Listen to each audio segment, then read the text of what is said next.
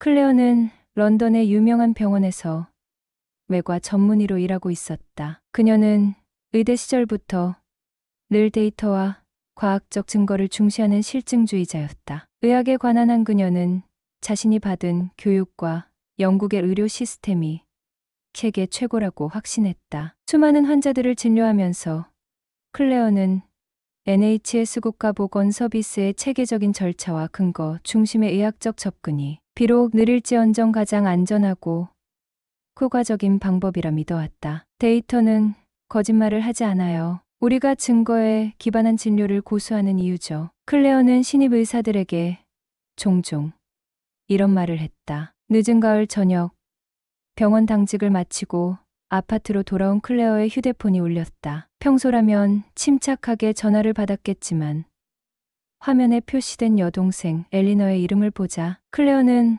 불안한 예감을 떨쳐버릴 수 없었다. 둘은 가까웠지만 서로 바빠서 특별한 일 없이는 이 시간에 전화하지 않았다. 엘리, 무슨 일이야? 클레어가 전화를 받자마자 물었다. 전화기 너머로 들려오는 엘리너의 목소리는 떨리고 있었다. 언니, 뭔가 이상해. 왼쪽 눈이 잘 안 보여. 처음엔 그냥 피곤한가 했는데 점점 심해져서 색감도 이상하고 물체가 왜곡되어 보여. 클레어는 즉시 전문가 모드로 전환했다. 언제부터 그랬어? 통증은 있어? 두통은?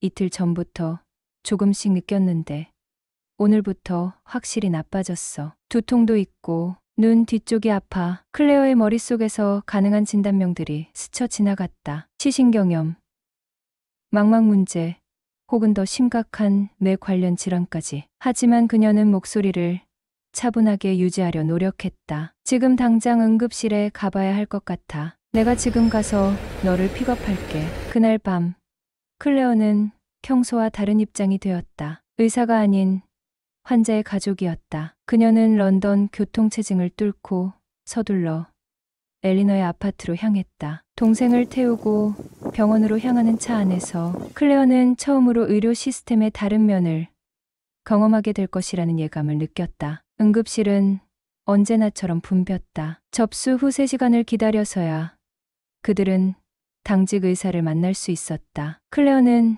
자신이 의사임을 밝히고 엘리너의 증상을 전문적으로 설명했지만 당직 의사는 그저 기본적인 시력 검사만 진행했다. 급성 스트레스나 편두통 관련 증상일 가능성이 높습니다. 안과 전문의 진료를 예약해 드릴게요. 2주 안에 연락이 갈 겁니다. 클레어는 믿을 수 없었다. 2주요?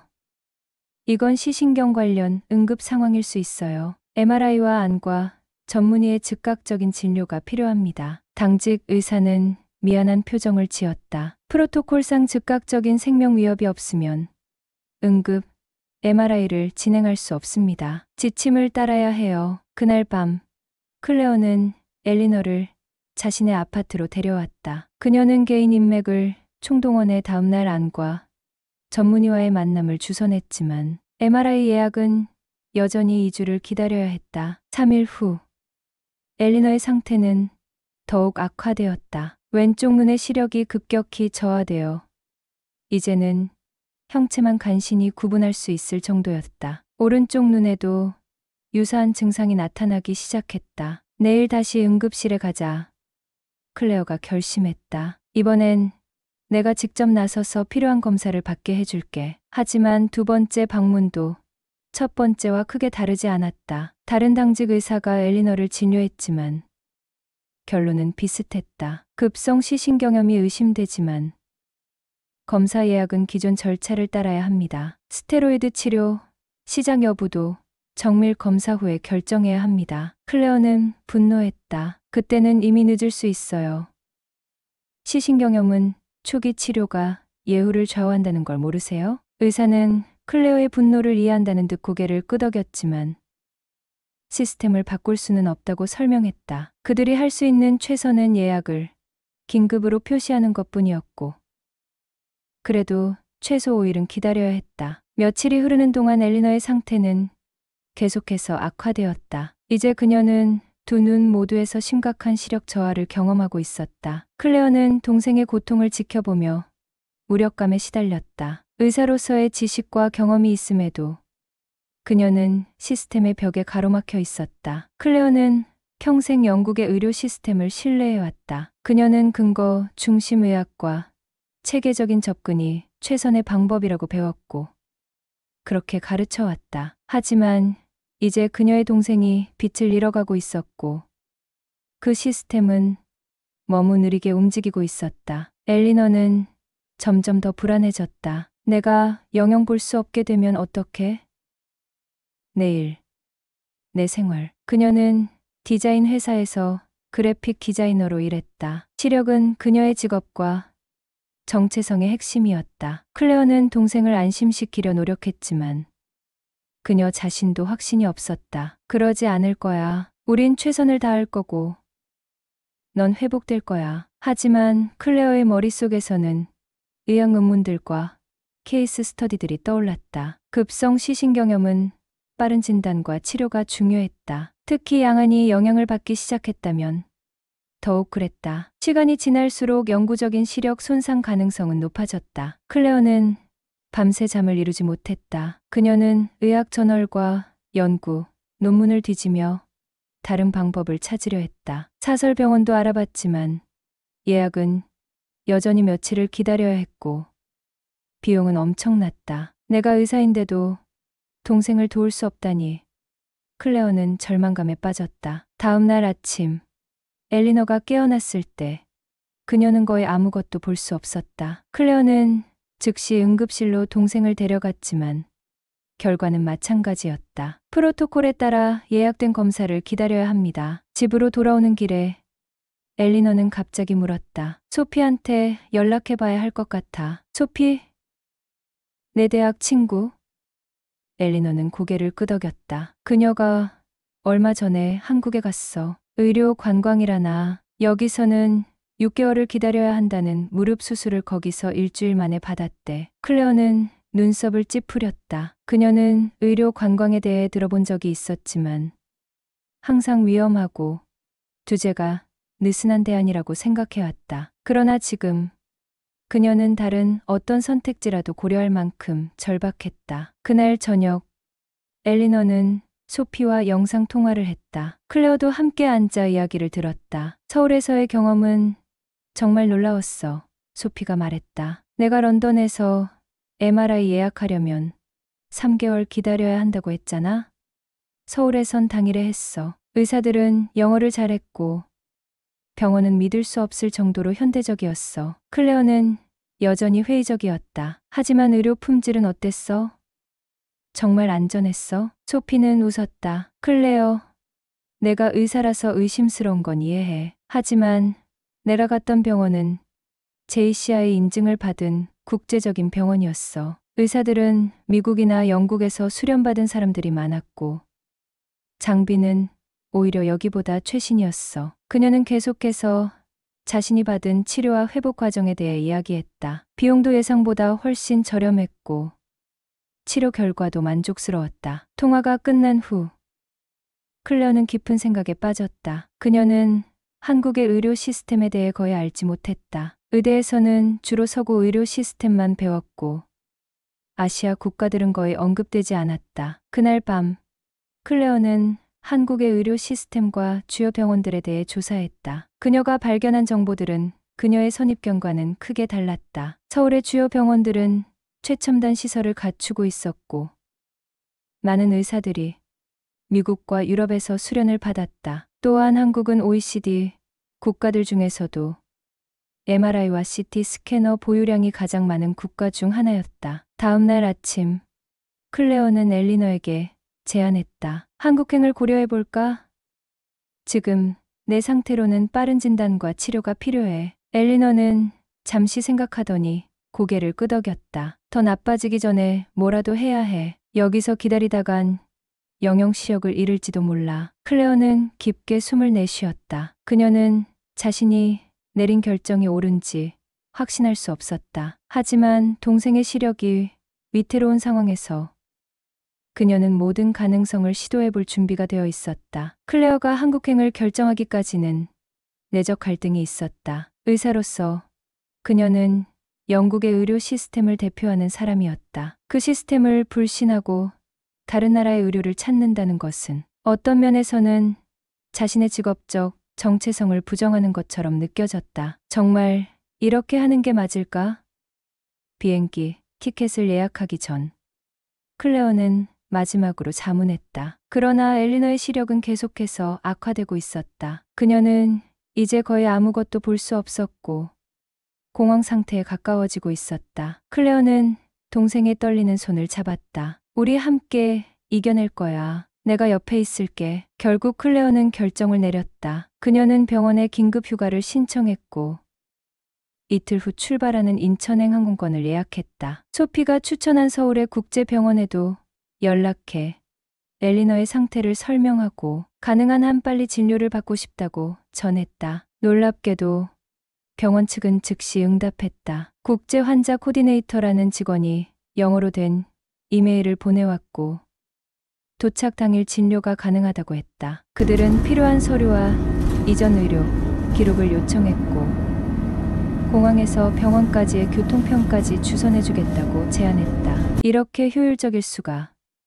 클레어는 놀라움을 감추지 못했다. 출발 전날 클레어는 동료 의사에게 상황을 설명했다. 그녀는 자신이 의료 관광을 선택한 것에 대해 약간의 변명을 준비했지만 예상과 달리 동료는 오히려 이해를 표했다. 가족이 먼저야. 시스템이 내 필요에 맞지 않으면 다른 길을 찾는 건 당연해. 비행기를 타기 전 클레어는 마지막으로 NHS에 연락해 MRI 예약 상태를 확인했다. 여전히 4일을 더 기다려야 한다는 답변이 돌아왔다. 그 순간 클레어는 자신의 결정이 옳았다는 확신을 얻었다. 11시간의 비행 끝에 클레어와 엘리너는 인천국제공항에 도착했다. 출국장을 나서자 그들의 이름이 적힌 팻말을 든 남자가 기다리고 있었다. 안녕하세요.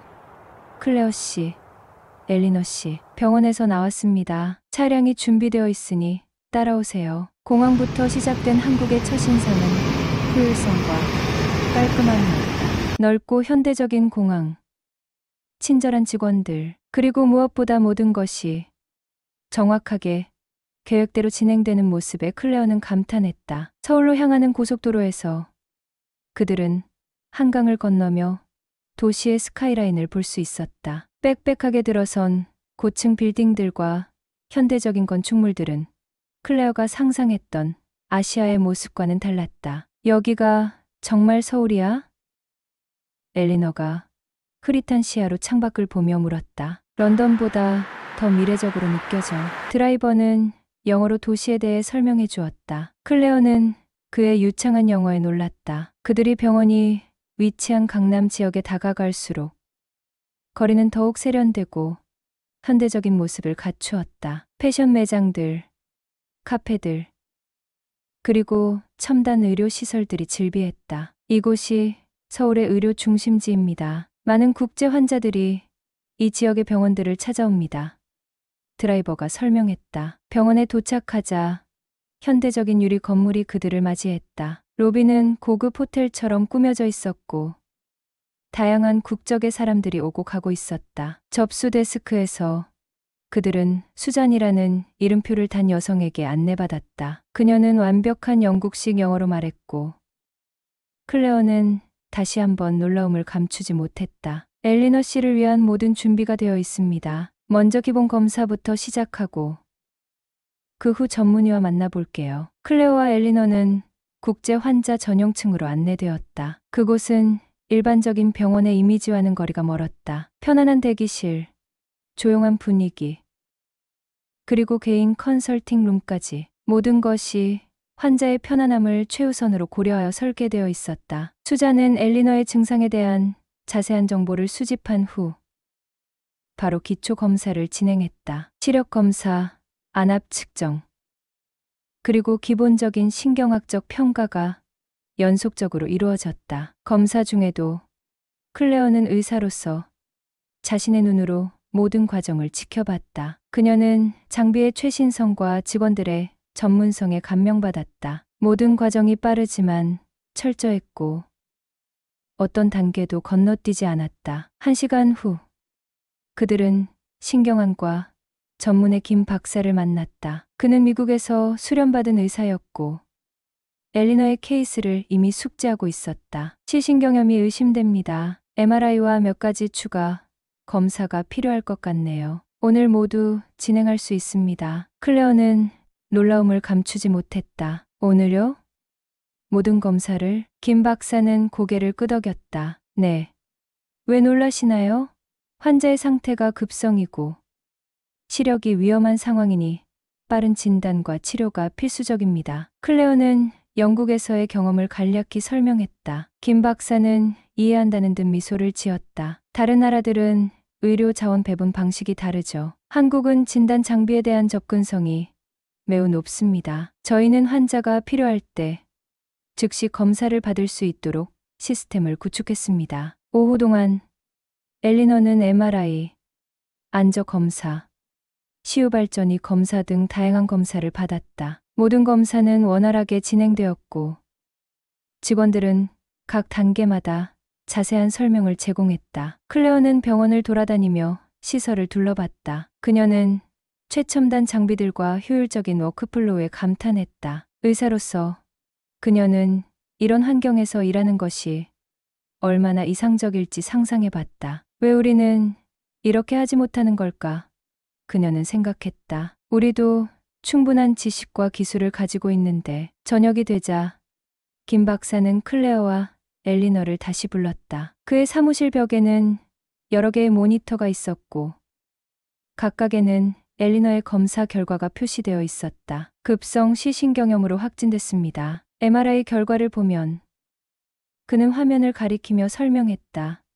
양쪽 시신경에 염증이 있고 특히 왼쪽이 더 심합니다. 다행히 다발성 경화증이나 신경척수염 같은 다른 자가 면역 질환의 증거는 보이지 않네요. 클레어는 영상을 자세히 살펴봤다. 그녀도 같은 결론에 도달했을 것이다. 하지만 그녀가 놀란 것은 진단 자체가 아니라 이 모든 과정이 단 하루 만에 이루어졌다는 사실이었다. 치료는 어떻게 진행되나요? 엘리너가 물었다. 고용량 스테로이드 정맥 주사를 시작할 겁니다. 3일간 집중 치료를 하고 그 후 경구 스테로이드로 전환하여 천천히 용량을 줄여나갈 거예요. 대부분의 환자들은 치료 시작 후 수일 내에 호전을 보입니다. 클레어는 치료 계획이 영국에서도 똑같았을 것임을 알고 있었다. 차이점은 시간이었다. 영국에서는 진단까지 몇 주가 걸렸을 테고 그 사이 엘리너의 시력은 더욱 악화되었을 것이다. 언제부터 치료를 시작할 수 있나요? 클레어가 물었다. 지금 바로요. 김 박사가 대답했다. 이미 병실이 준비되어 있고 첫 번째 스테로이드 주입은 오늘 저녁에 시작될 겁니다. 클레어와 엘리너는 서로를 바라봤다. 두 사람 모두 믿기 힘든 효율성에 압도되어 있었다. 이게 정말 가능한 거예요?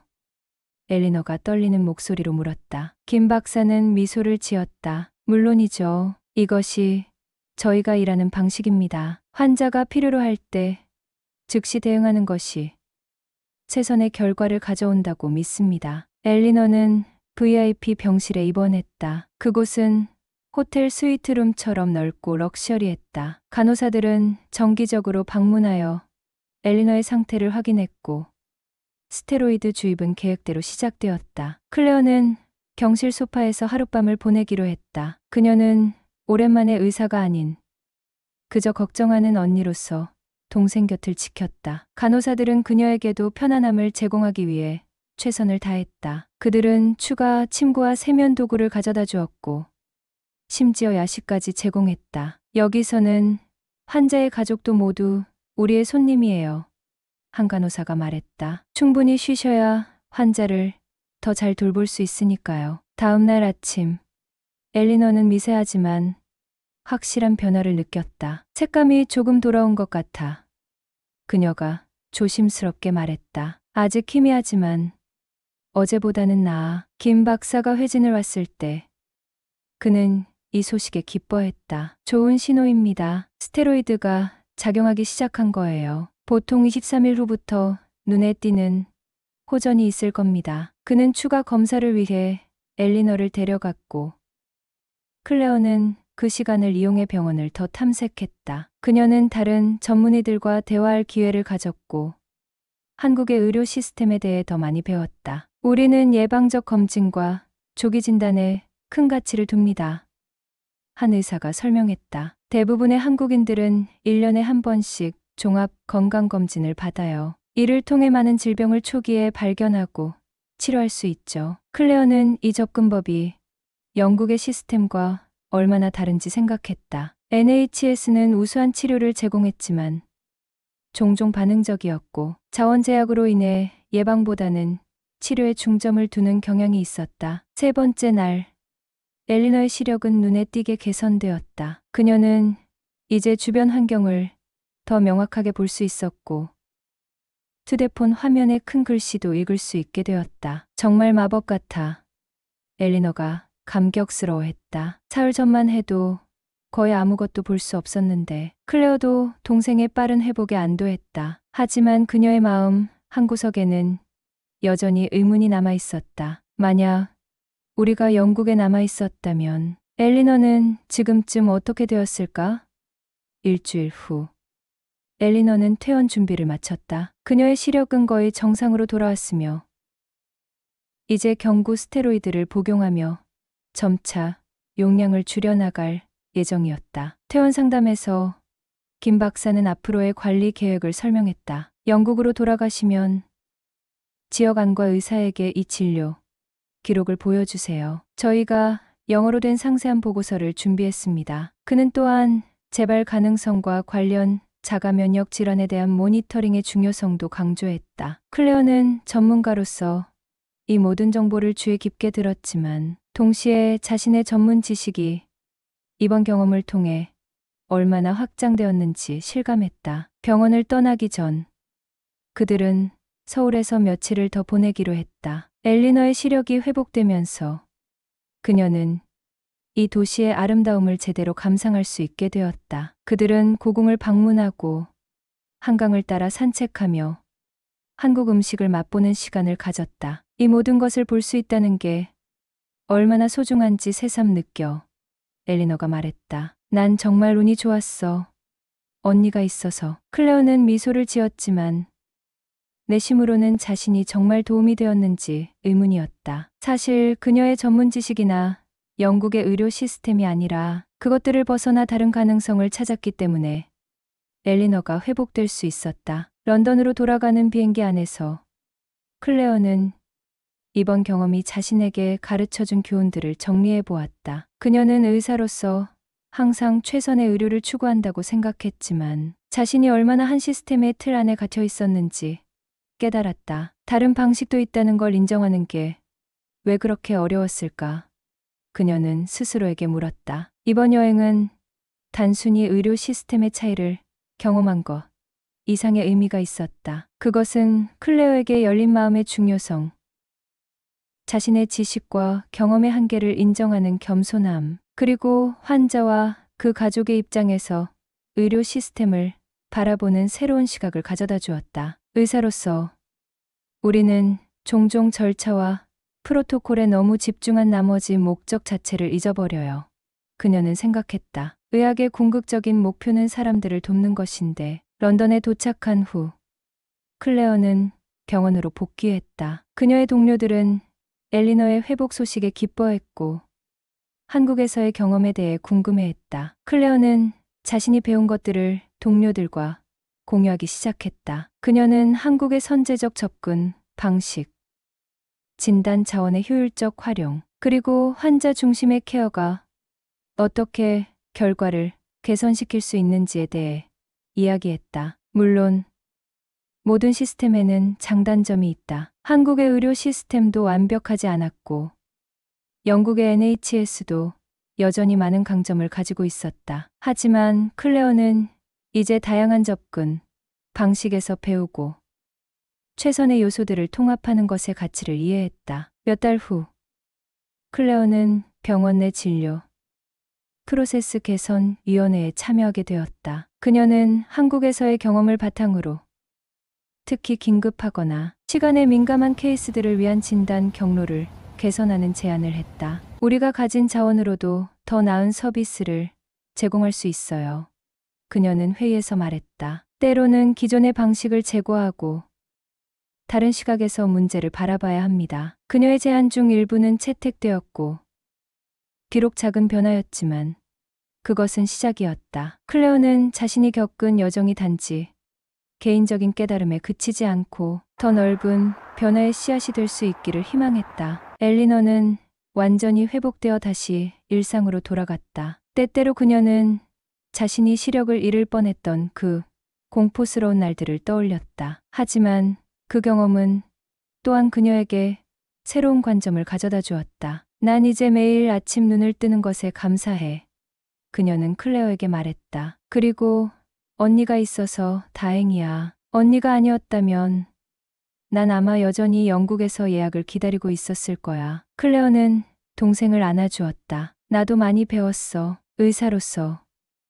그리고 사람으로서. 그녀는 이제 자신의 직업을 새로운 시각으로 바라보게 되었다. 의학은 과학이지만 동시에 인간적인 측면도 가지고 있었다. 데이터와 프로토콜은 중요하지만 궁극적으로 의료의 핵심은 사람들의 삶을 개선하는 것이었다. 클레어는 창밖을 바라보며 생각했다. 때로는 우리가 알고 있다고 생각하는 것을 버려야 진정한 지혜를 얻을 수 있어. 그녀의 여정은 끝이 아니라 새로운 시작이었다. 의사로서, 언니로서, 그리고 무엇보다 끊임없이 배우고 성장하는 사람으로서의 여정이었다.